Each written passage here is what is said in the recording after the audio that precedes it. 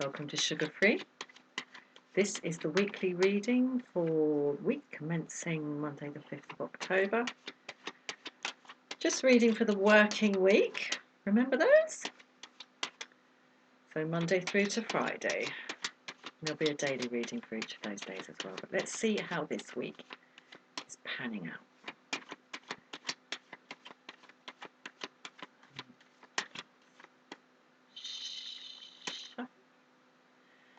Okay.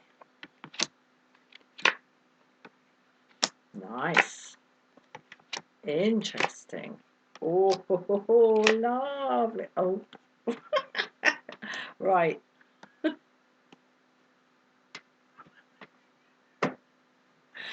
Okay. I'll let you in on a joke. We've got the Empress. What a fantastic way to start the week. That's great. That's a really hopeful start for the week. Now, I'm not sure if this is kind of chronological. So I'm just going to go through them in the order that I pulled them. So we've got the Empress, Temperance. Nice combination that.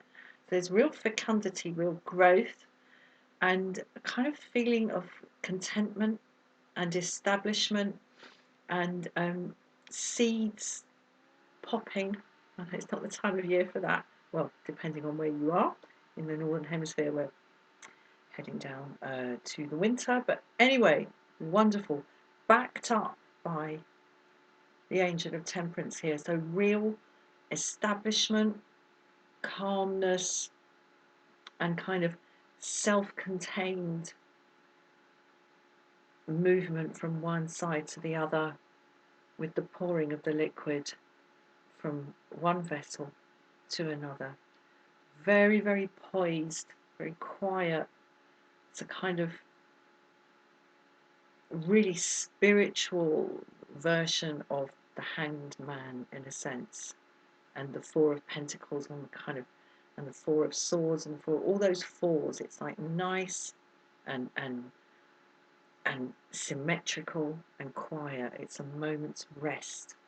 So it's a rest within the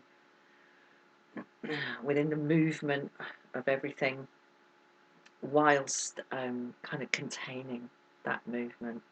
And when I was talking about seeds here in the Empress, and I picked up the Temperance card, the first thing I saw was those flowers at the bottom there. So there's blossoming, there's blooming, but it's nice and quiet. There's nothing frenetic about this. We also get the Wheel of Fortune. So, and I'm not actually going to do this on sort of, this is going to be Monday, this is going to be Tuesday. There's a sense of real possibility here. Things being drawn in by the movement of the wheel and pushed out by the movement of the wheel. And I see that reflected in the movement of that spiritual liquid from one vessel to another. She's not spilling a drop. Absolutely lovely. There's balance, there's forward motion, but really, as I say, nothing frenetic, nothing kind of breaking new territory.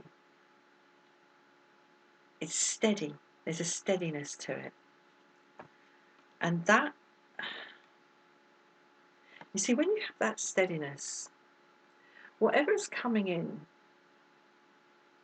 because the potential for what can come in to our lives is getting on for infinite. But if you're like rushing around from one thing to another,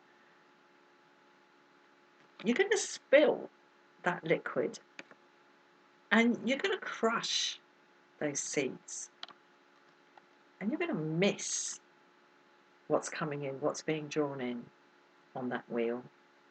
Talking about centrifugal and centripetal force. The steadier you are, the broader your vision can be, and the more you're likely to see. And you're going to get real there's real possibilities for seeing possibility this week, because we also get the sun. There's real illumination and, again, contentment. And when I put these two together, the Empress and the sun, we've gone from this sort of self-contained kind of Nine of Pentacles type feeling of being very, very content in one's own energy. But we know we can grow it. We can centripetally embrace all the possibilities that are there for us, and really make something very sort of established and kind of publicly established. I mean, if this is Nine of Pentacles, this is kind of Ten of Pentacles. Now, it's very interesting because the final card I've got here might seem to kind of put paid to all this lovely, steady energy. It all depends on how you look at it. Got the Death card here. So, what I'm getting from this, in the context of this reading, is the kind of reassurance of this. Now, I know that might sound a bit morbid, but they say that there are only two sure things in life: death and taxes. There is something, and it's great spiritual wisdom to be able to embrace the reality of this. I think the younger you are, the harder it is to do that, unless you've been unfortunate to be visited by early loss of loved ones. But for most of us, we don't really begin to kind of embrace the reality of this until later on in our lives. And there's something very mature about that, or something to do with maturity about that. Because for most of us, this is it's an idea.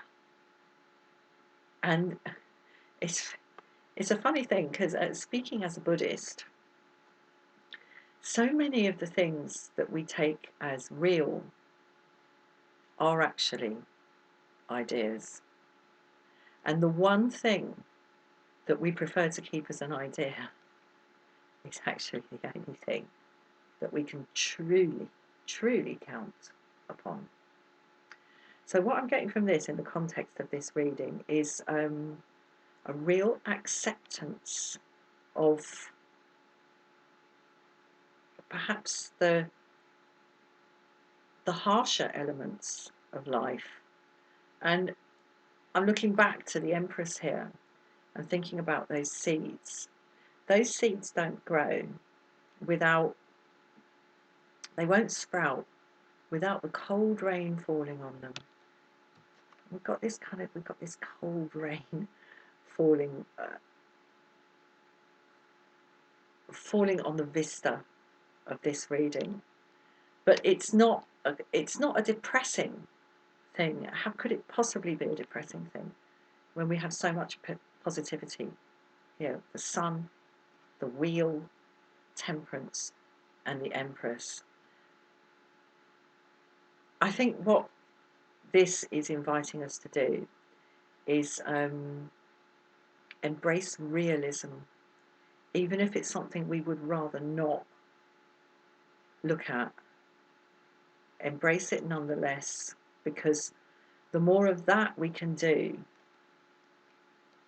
and this is the general principle, the more realism we're able to embrace, the steadier our position is in ourselves and therefore in our lives, and the less likely we are to spill that precious, precious liquid. So there we go. Beautiful, beautiful cards. Part of the beauty, part of the real joy of this is knowing that at some point, it's going to be night time and this beauty will come to an end. But it'll be back tomorrow. It'll be back tomorrow. I'm going to leave it at that. I hope that resonates. Please leave a comment. Have a wonderful week. Thank you for watching.